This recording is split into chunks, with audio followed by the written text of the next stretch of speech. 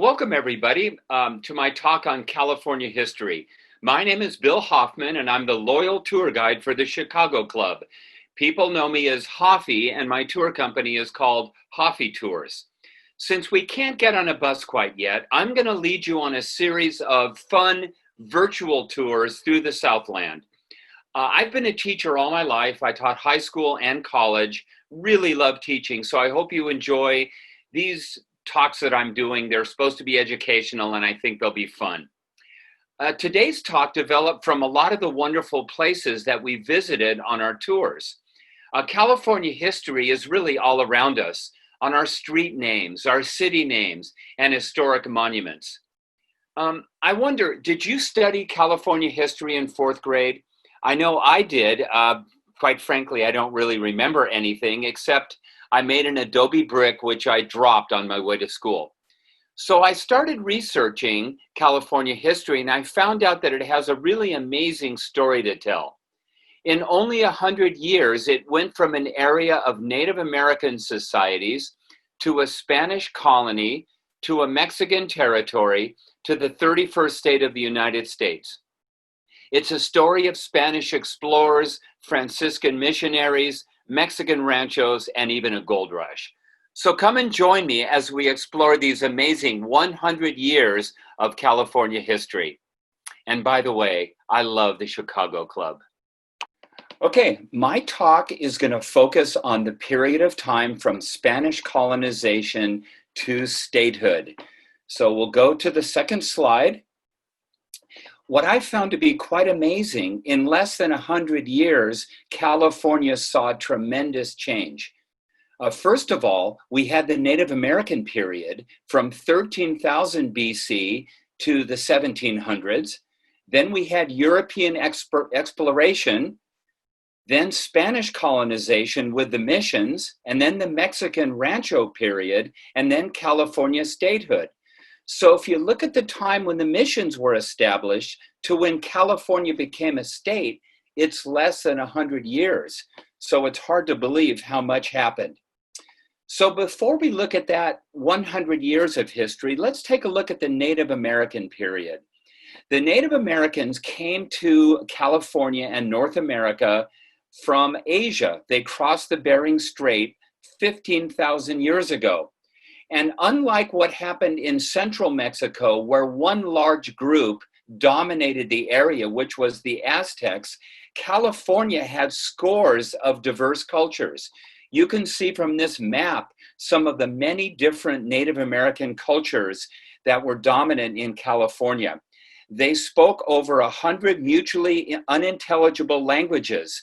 Some of the language families were Shoshonean, Algonquin, and Uto-Aztecan.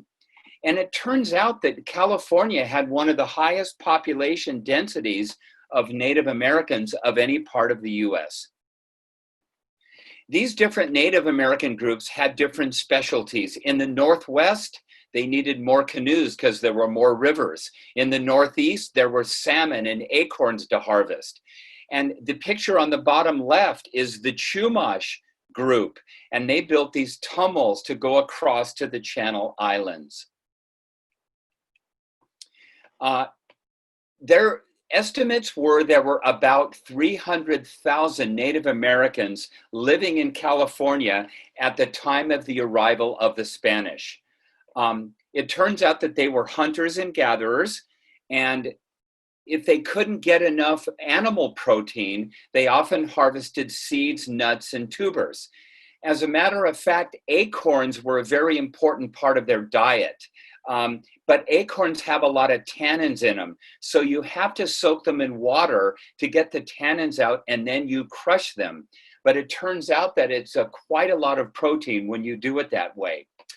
Some of these Spanish explorers described the Native Americans as diggers because they would often dig into the ground for tubers and roots.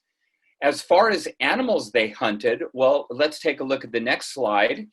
They hunted salmon, trout, elk, deer, rabbits, and also many types of birds. But agriculture was not possible in most parts of California because the climate was too dry. Also, these Native Americans were protected from the epidemics that struck the East Coast Native American groups that were brought over by the Europeans because of the Sierra Nevada mountains and the desert. As far as what the Native Americans look like, well, remember, there were many different tribal groups, but because the climate was so warm, they tended to wear little clothing. They wore animal pelts, sometimes plant-based clothing, but it was a warm climate, so they didn't overdress, that's for sure. So this picture right here is near San Juan Creek, and you can see that the climate was wetter, and this particular group is building what they call quichas, which are homes that are conical, made from small trunks, and then they would put reeds over the top for protection.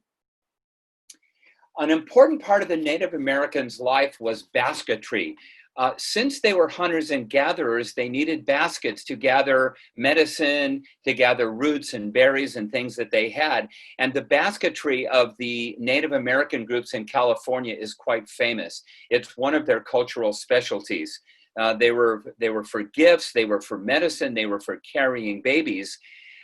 Not too many ceramic baskets, though. Those were made more by the Southwest groups in Arizona, New Mexico, and Colorado, the Pueblo, Navajo, and Hopi groups.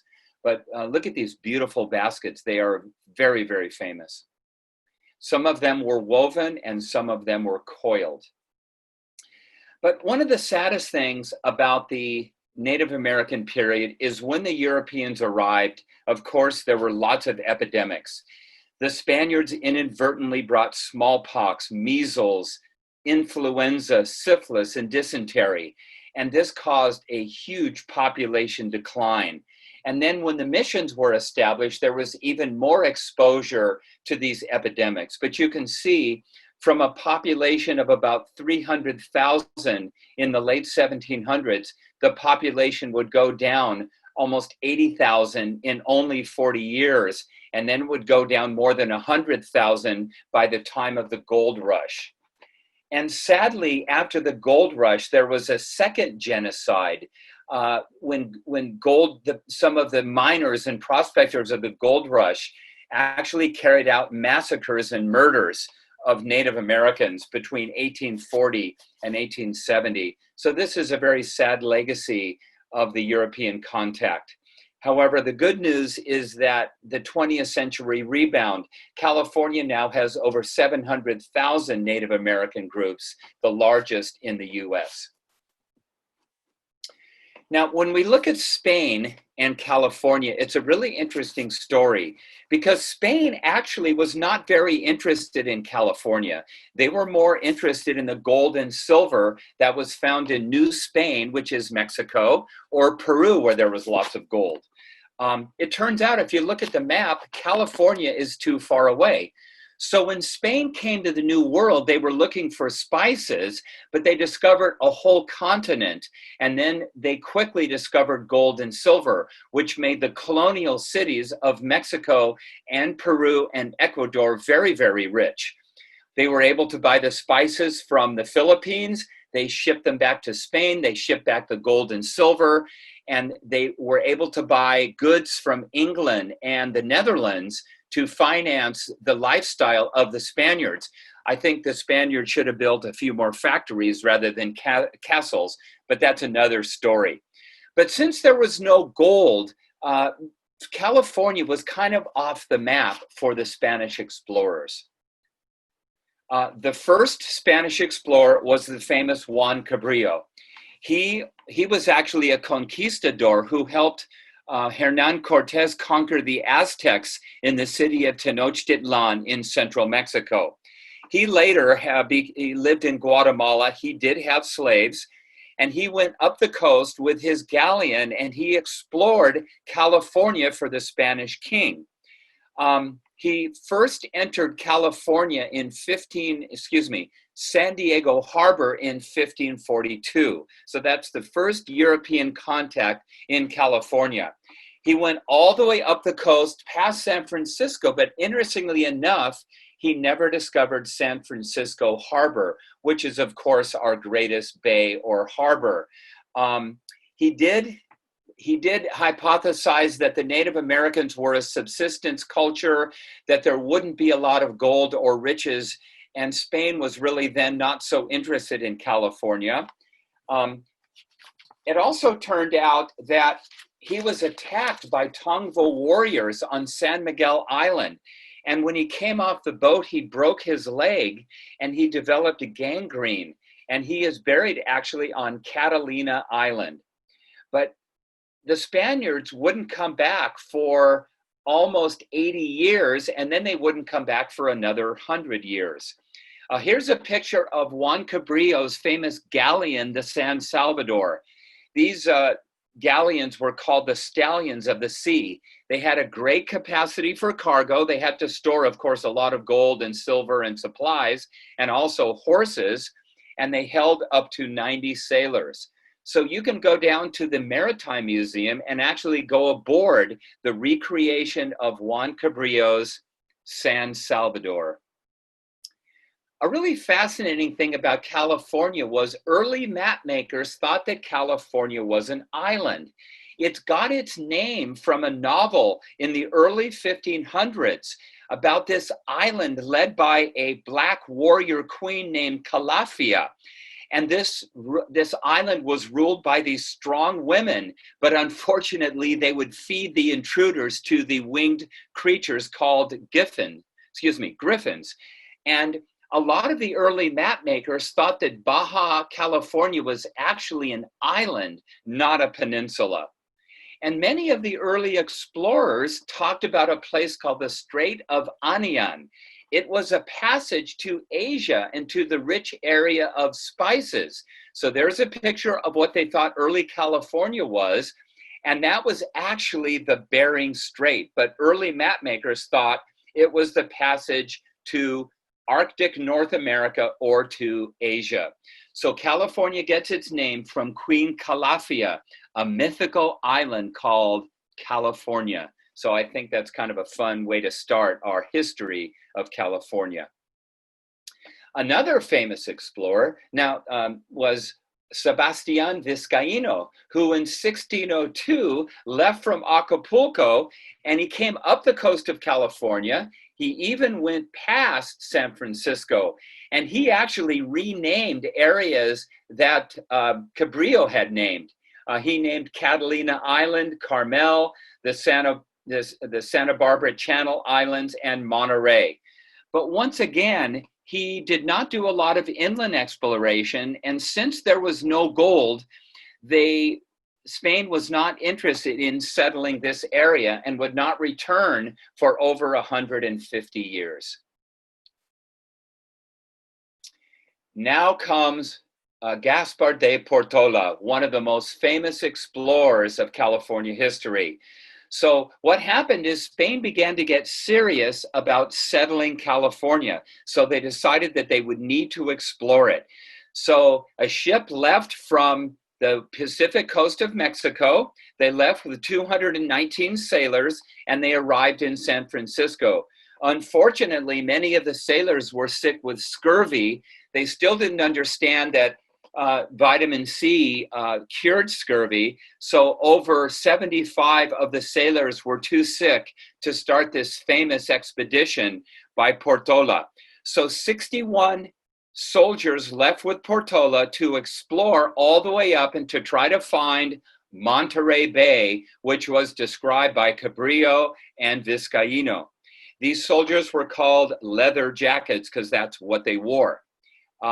So they take off, and this, imagine way back in this period, only Native Americans lived in California. So they were seeing California before invasive species. They were seeing wild grasses, roses, grizzly bears, pronghorn antelope.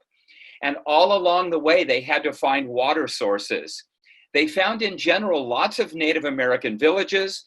The Native Americans were very, very friendly. They were interested in the trinkets that Portola brought with his people. The only group that was a bit hostile were the Miwok group from the San Francisco Bay Area. Portola's group was attacked by grizzly bears several times. In fact, there were areas where the Native Americans would not settle and build villages because of grizzly bear attacks. It's kind of interesting that along with Portola was Juan Crespi, and he wrote a journal about all the things that they saw. So I highly recommend a book called Alta California by Nick Neely. He's a young man who gets a backpack and he goes from San Diego to San Francisco to recreate the famous expedition of Portola. And Portola came all the way through Orange County. And a lot of the names we have are from Portola. Portola Parkway, Portola Valley, Portola College. So let's take a look. So thanks to Portola's explorations, he set the stage for the 21 missions going all the way from San Diego to Sonoma.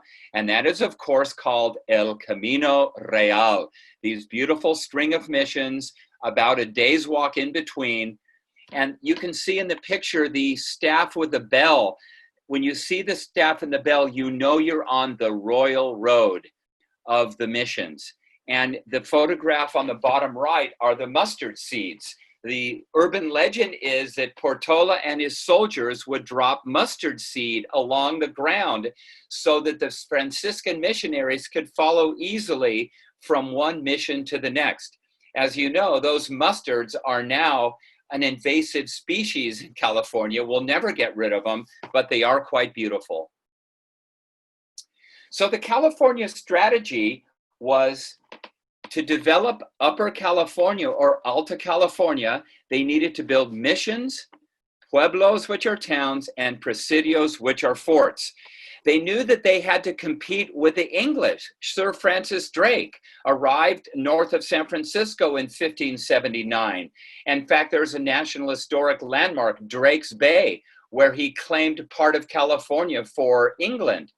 And the Russians were interested in California for the seal pelts and for the otter pelts. So California had to get serious about colonizing and developing California.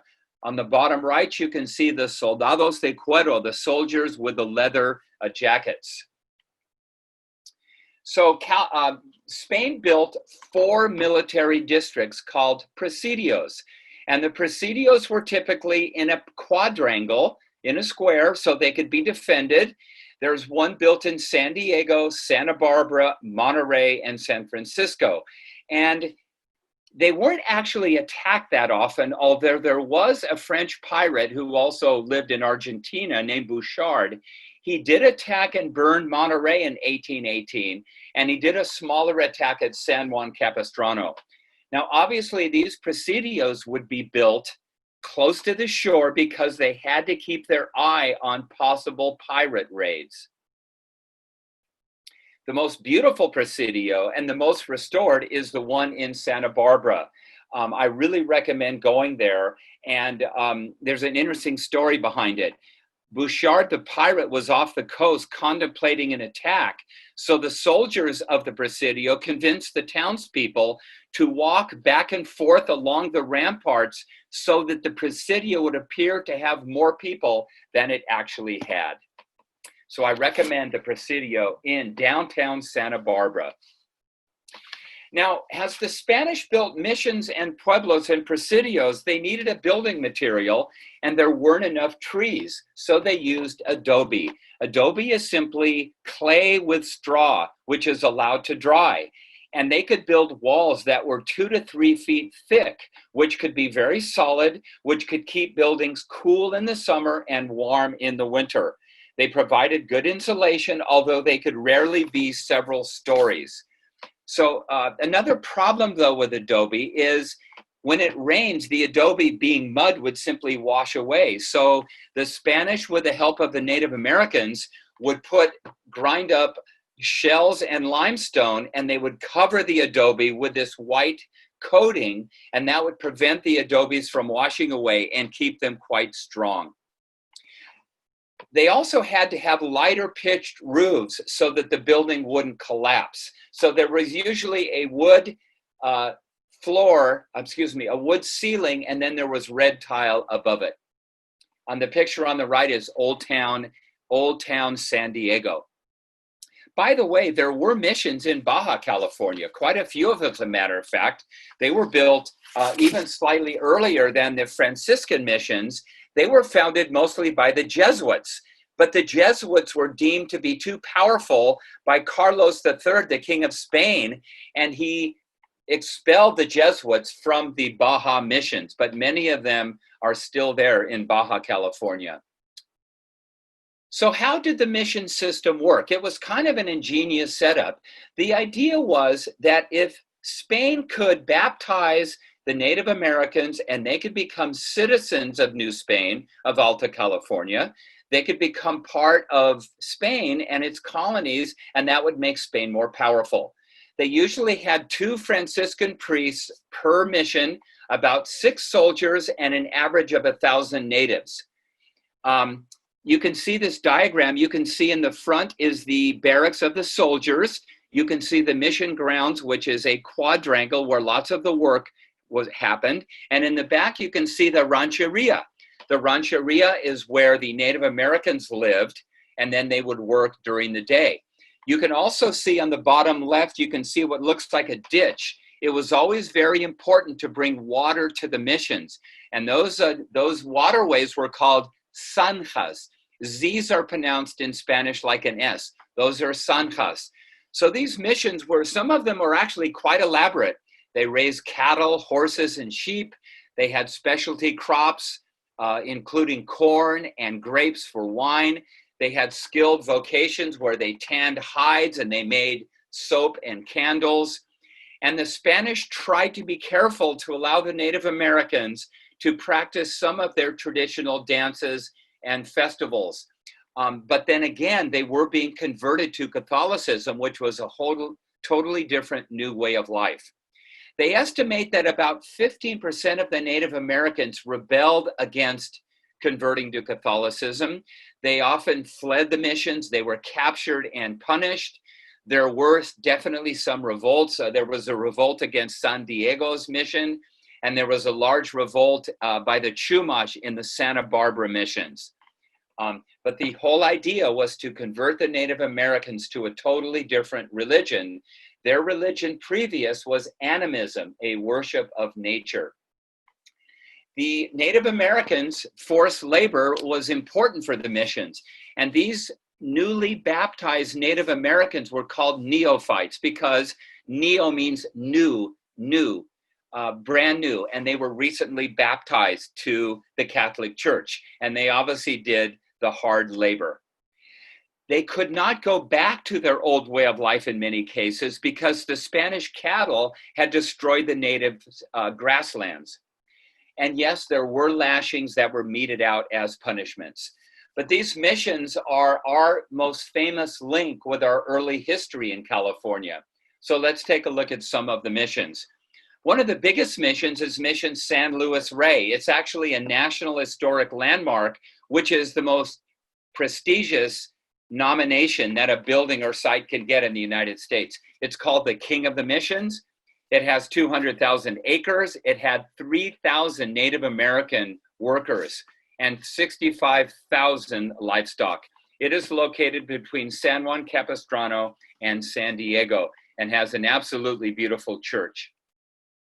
The Carmel mission is one of the most beautiful. That was the second mission, and that would become the headquarters of the mission system.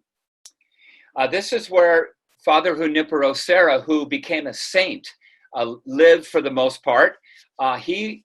Because of his tireless work in evangelism and the fact that he converted so many Native Americans to Catholicism, he was officially canonized by Pope Francis in 2015.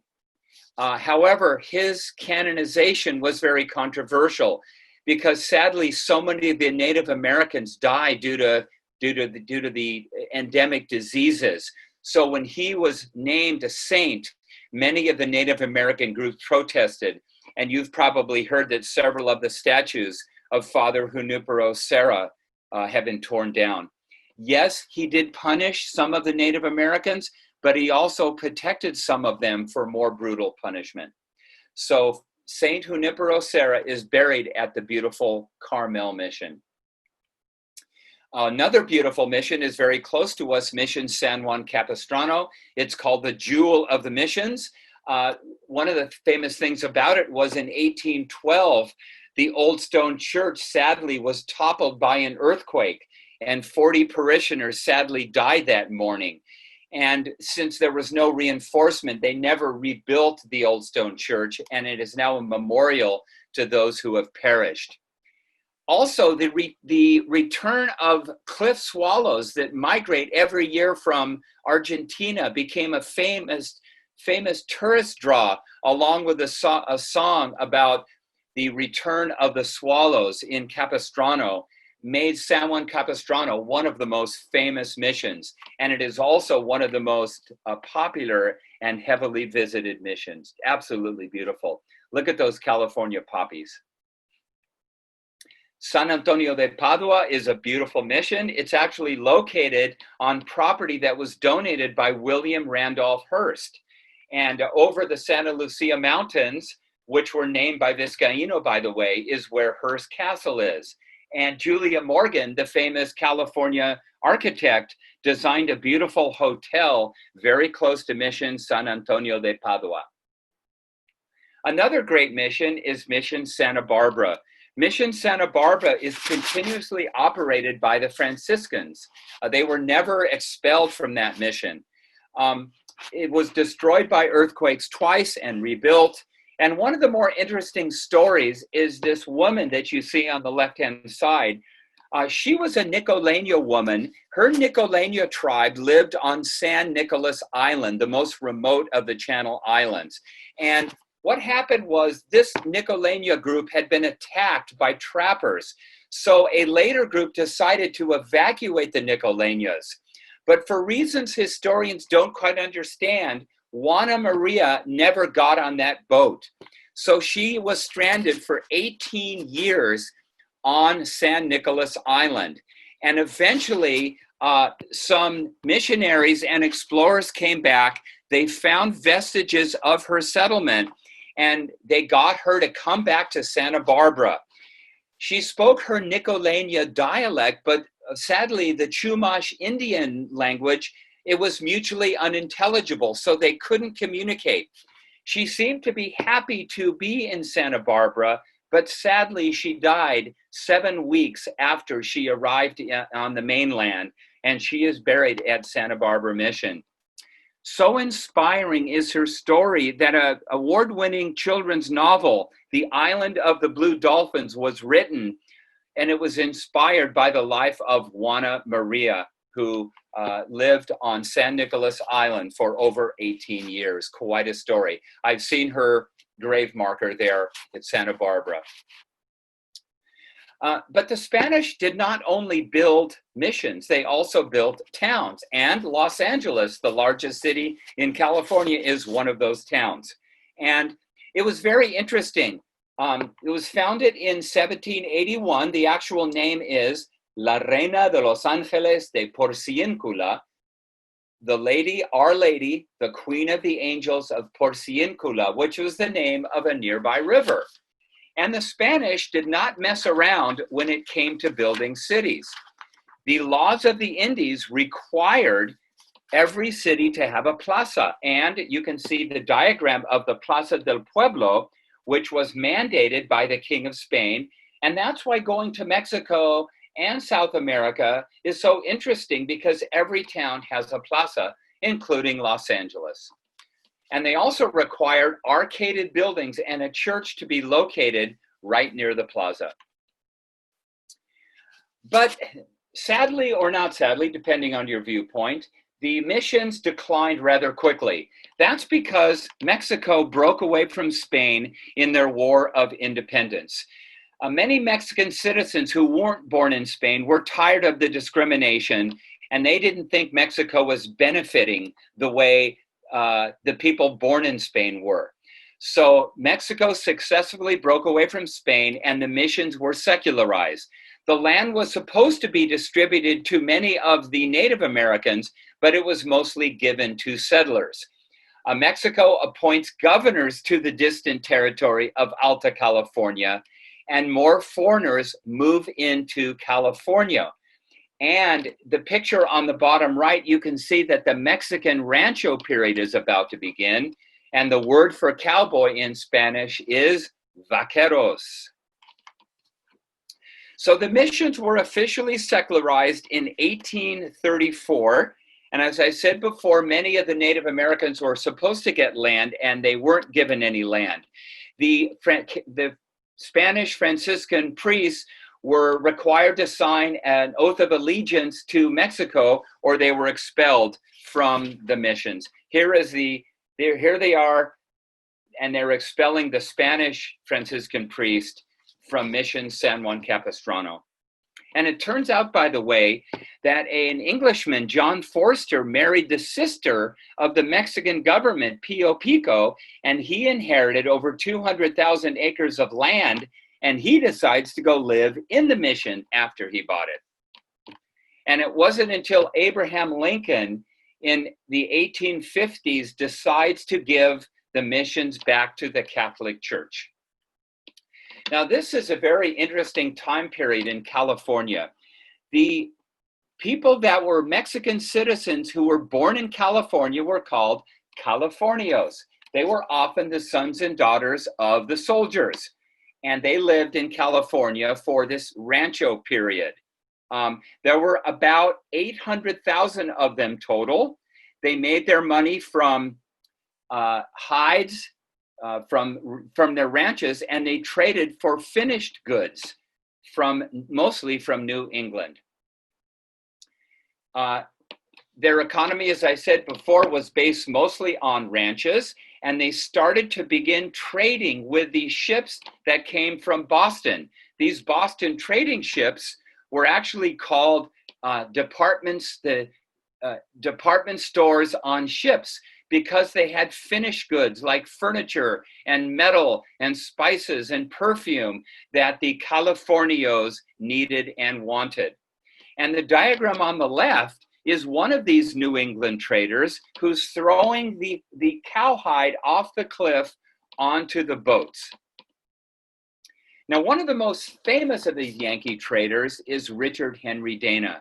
He wrote a book called 2 Years Before the Mast in the 1840s.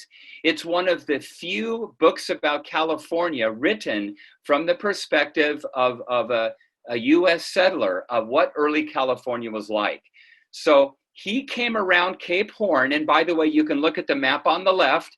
That's a 3-year trip around the treacherous Cape Horn.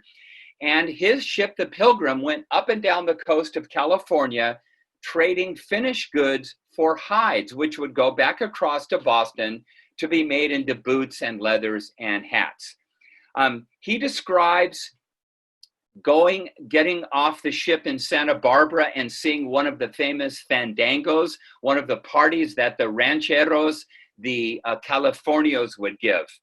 And I thought one of the things great about him was he wanted to fight for sailors' rights. So when he got back to New England, he became a lawyer and he fought for sailors' rights, because you can imagine in the 1840s and 50s, sailors did not have lots of rights. So I think Dana Point named themselves after a hero, Richard Henry Dana. You might have heard that the Pilgrim, the replica of the Pilgrim, actually sank in the harbor recently, and they're currently restoring it. These hides were so important to the California economy, they were called California banknotes. Not only would they use the hides for furniture and leather, they would also use the fat that they rendered for soap, tallow, and candles. Now, this rancho area is very interesting, because the Mexican governors were given the authority to give large land grants to soldiers' families and to people that they felt were worthy. And they gave over 450 land grants. And many of the names of the areas that we know of, like Santiago, San Joaquin, Trabuco, Mission Viejo, come from these rancho area land grants. Now, this era of California history really interested me, the golden age of ranchos. These California ranchers were aristocratic. It was almost a feudal style agricultural economy. They didn't really need money because they would sell the hides for the finished goods that they wanted. So it was an economy based on barter, honor, and trust more than money. Here's a picture of the famous fandango, which was the 2 or 3 day party they would use to celebrate a saint's day or a birthday. And one of these was witnessed by Richard Henry Dana. This was the era of dons and doñas. By the way, the mascot of University of San Francisco is the Dons. So it's also interesting to note the architecture and the extent of these ranchos. It is huge acreage. The average rancho land grant was 18,000 acres, and that totaled almost 9 million acres of land in California.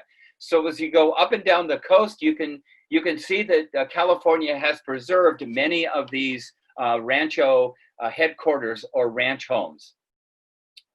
And the boundaries of the ranchos are also quite interesting.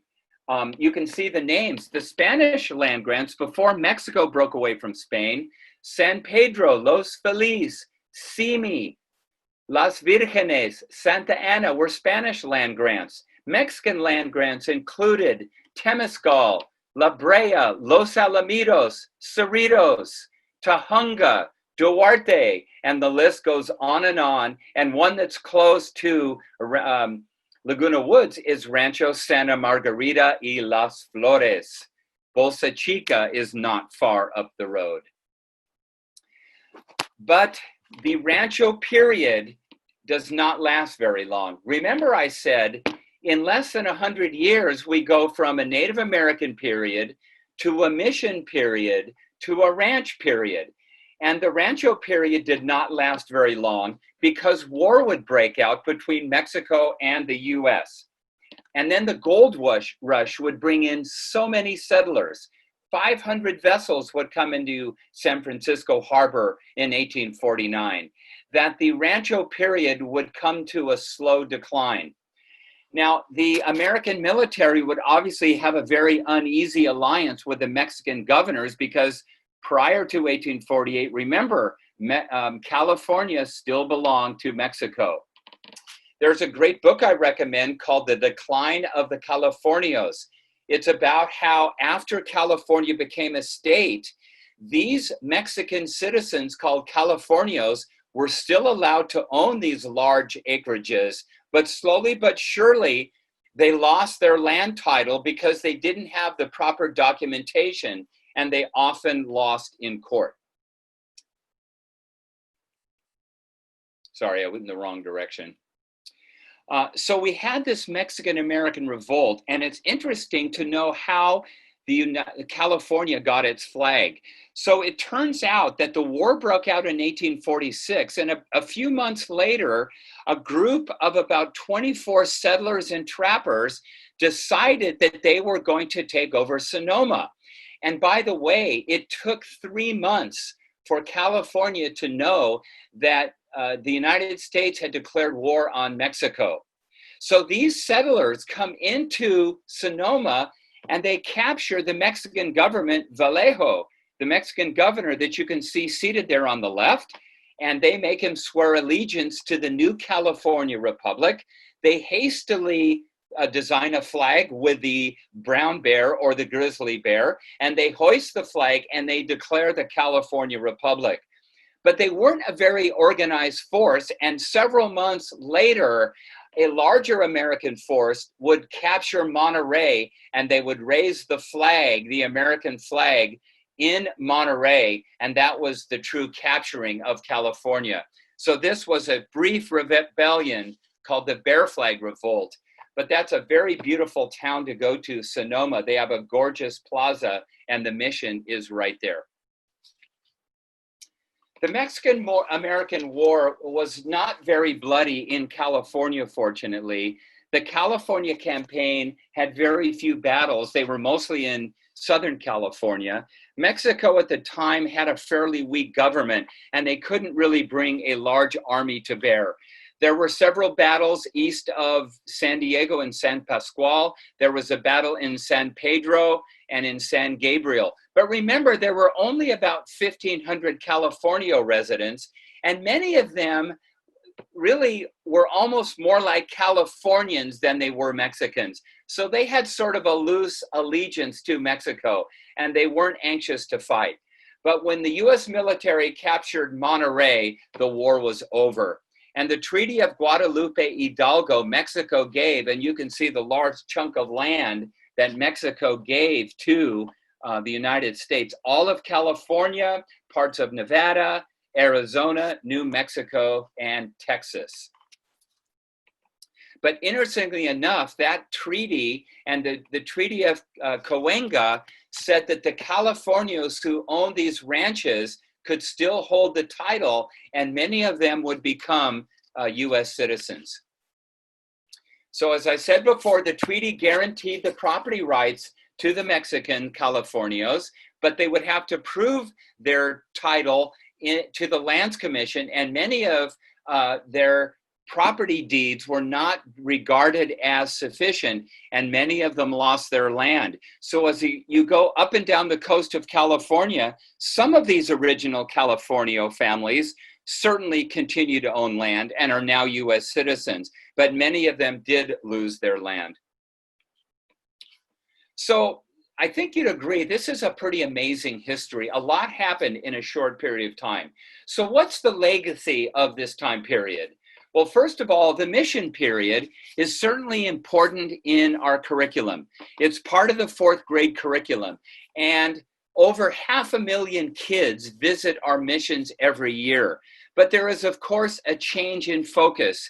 It's not now a sort of sanitized version of how happy the Native Americans were, because in many cases, as you know, that was a tough life, and many of the Native Americans died. So the new curriculum is more realistic, and it says, what was life like for the Franciscan priests? What was life like for the Native Americans? I remember that I had to build an adobe brick for my mission project, and I sadly dropped it on the way to school.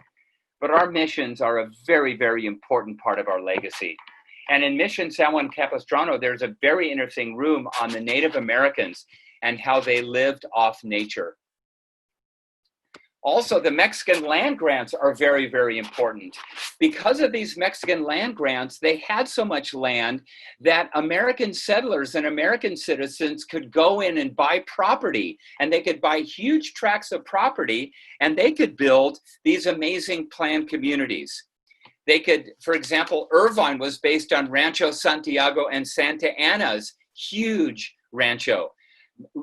Mission Viejo was built from Rancho Santa Margarita y Las Flores. So is Ladera Ranch in Santa Margarita. And by the way, Camp Pendleton and the US government actually bought part of that ranch, which was originally part of that original Mexican rancho. Rancho Niguel, that Mexican land grant became the city of Laguna Niguel. So Southern Orange County is super famous for these planned communities, and they probably wouldn't have been possible without these large Mexican land grants. Also, there's the mission myth. There was a famous author named Helen Hunt Jackson, and she wrote a novel in 1884 called Ramona. It's about a California girl who's half Native American, and she falls in love with a Native American worker, and they leave their home, and they face all sorts of disasters and discrimination. But the book was actually meant by Helen Hunt Jackson to show attention to the discrimination against Native Americans. But what it actually did was it got people fascinated in coming to look at these missions and learning about the Spanish, Mexican, and Native American past. It actually caused a boom, including the Ramona pageant. And later she would go to Congress and continue to fight for Native American rights. And she didn't necessarily mean this to be just a tourist novel that would spawn tourism. Also, some of the legends of California. Here's Joaquin Murrieta. who was called the California Robin Hood. He was a Mexican who lived in Southern California, whose family was attacked and several members were killed. So he goes on a rampage and he fights and steals property from some American settlers. And he was later killed.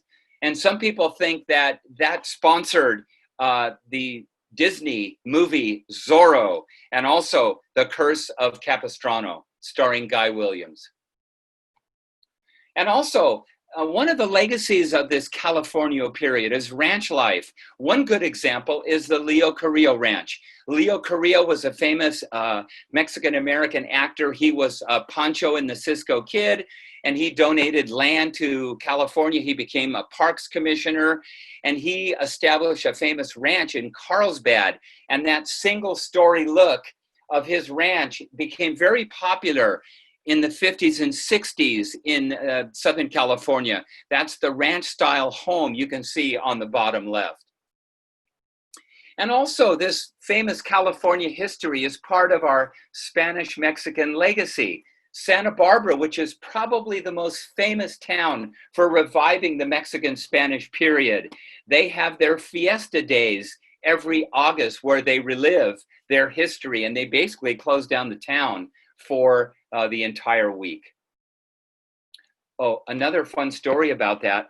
After they had their earthquake, Charles Lummis, who was a famous preservationist who walked to California all the way from Ohio and also fell in love with the Native American cultures, he convinces Santa Barbara to rebuild in Mexican and Spanish architectural styles, not Victorian, which you can find anywhere back in the East Coast. Also, the art has been highly influenced by the Native Americans, Mexican, and Spanish period. I love the artist Millard Sheets, whose famous mosaics grace home savings buildings all throughout Southern California. They're now called Chase Banks, but you can see a lot of these pictures are from the Native American or Spanish period, and you can still see those mosaics today. Needless to say, the great food of northern Mexico influenced Southern California, and it's something that we love today. These are Sonoran-style tacos. Also, the mission-style architecture of the rounded gables became known as Mission Revival. Look at the picture on the bottom. That's actually the California Pavilion. That is the pavilion that we built for the Chicago World's Fair. And as you can see, the rounded gable looks like a mission because that's what everybody thinks of when they think of early California. Look at the facade on the left. It looks exactly like the Santa Barbara Mission. And look at the photograph on the upper right. That is the train station in Fullerton. Look at the rounded Mission gable. And of course, Taco Bell would use the Mission gable. Why not? That's early California architecture. The old Herald Examiner building, gorgeous building, built by Julia Morgan in downtown Los Angeles, Mission style. And then, of course, a lot of our famous old towns and parks are graced with Mexican and Spanish colonial architecture. Here is the beautiful Balboa Park on the left, very gorgeous Mexican Churrigueresque architecture that was meant to commemorate the opening of the Panama Canal.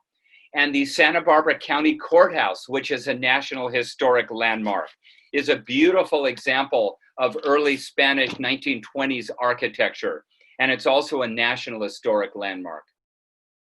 And also demographics. There's about 13 million Mexican-American residents in California, and about 500,000 of them claim to be descendants of the Spanish and Mexican periods.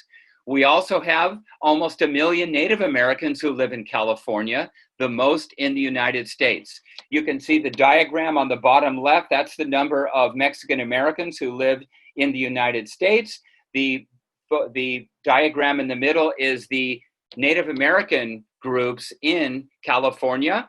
The picture on the right is the Agua Caliente Casino near Palm Springs. So here's my conclusion. I hope you've enjoyed this, but in less than 100 years, it's kind of amazing what happened in this state of ours. First of all, the Native Americans went from a hunting and gathering lifestyle to being converted to Catholicism. And for them, it was a tragic period of change. Many of the Catholic Franciscan missionaries, sadly, would fill out more death certificates than birth certificates due to these epidemics. And then we had the period of Spanish colonization. It was about a 50-year period of the building of the missions. And certainly it caused major changes. It set the stage for the westernization of California.